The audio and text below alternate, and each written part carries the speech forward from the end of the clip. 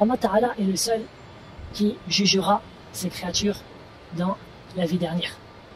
Et il n'a donné cette charge à personne de ses créatures. Et Allah Ta'ala a promis que ceux qui entreront au paradis, eh bien, ce sont les pieux. Allah Ta'ala dit تِلْكَ الْجَنَّةُ الَّتِي نُورِثُ مِنْ عِبَادِنَا مَنْ كَانَ تَقِيًّا. Tel est le paradis qu'on fera hériter à ceux de nos serviteurs qui étaient pieux. De même, Allah Ta'ala a promis de sauver de l'enfer les gens pieux. Allah Ta'ala dit ثُمَّ نُنَجِّي الَّذِينَ اتَّقَوْا وَنَذَرُ الظَّالِمِينَ فِيهَا جِثِيًّا. Puis nous sauverons les pieux et nous délaisserons dedans, c'est-à-dire dans l'enfer, les injustes agenouillés. Et Allah Ta'ala nous a appris que les gens les plus précieux, ceux qui ont le plus de valeur auprès de lui, sont les plus pieux. Inna akramakum indallahi atqakum. Certes, ceux qui sont les plus précieux, qui ont le plus de valeur auprès d'Allah, eh bien, ce sont les plus pieux. Et Allah Ta'ala a promis d'élever les croyants au paradis et d'ajouter encore plus de haut degré pour ceux qui ont eu la science. Allah Ta'ala dit Yarfa'illahu alladhina amanu minkum walladhina utul ilma darajat. Certes, Allah élevera les croyants d'entre vous et ceux qui ont reçu le savoir de degrés encore. Il est bon donc de savoir qu'est-ce que la piété, afin d'être du nombre des pieux. Et une des meilleures définitions en cela est celle du célèbre Tabi'i, c'est-à-dire successeur Talq ibn Habib, rahimahullah, qui dit At-taqwa an ta'amala bi ta'atillah ala nurin min Allah tarju thawab Allah wa an tajtaniba ma'siyat Allah ala nurin min Allah takhafu 'iqab Allah.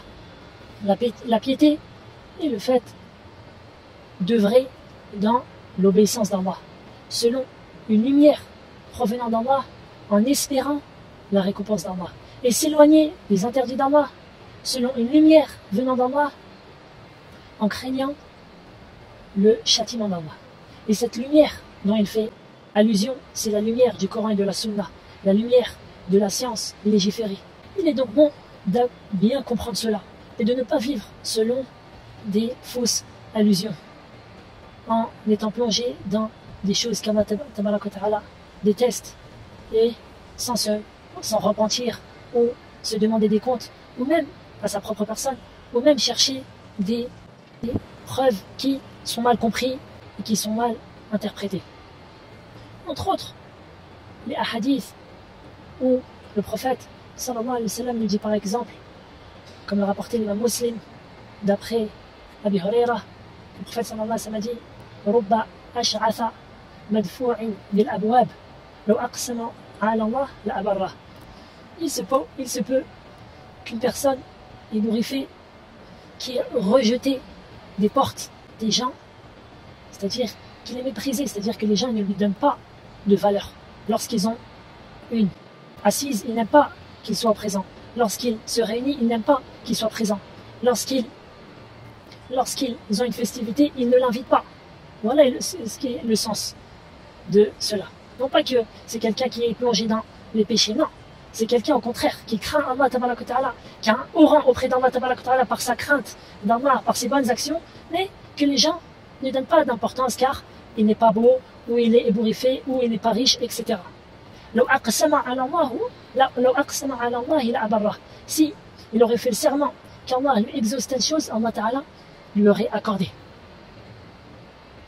Donc voilà le sens de ces hadiths-là.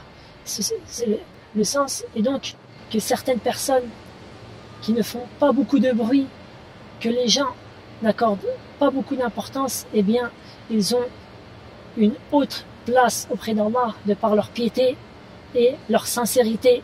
Or, le fait d'utiliser ces hadiths-là pour amoindrir, atténuer les grands péchés des gens, eh bien, ceci est une méthodologie qui est bien connue et que je serai dévoilé d'ici peu, Inch'Allah.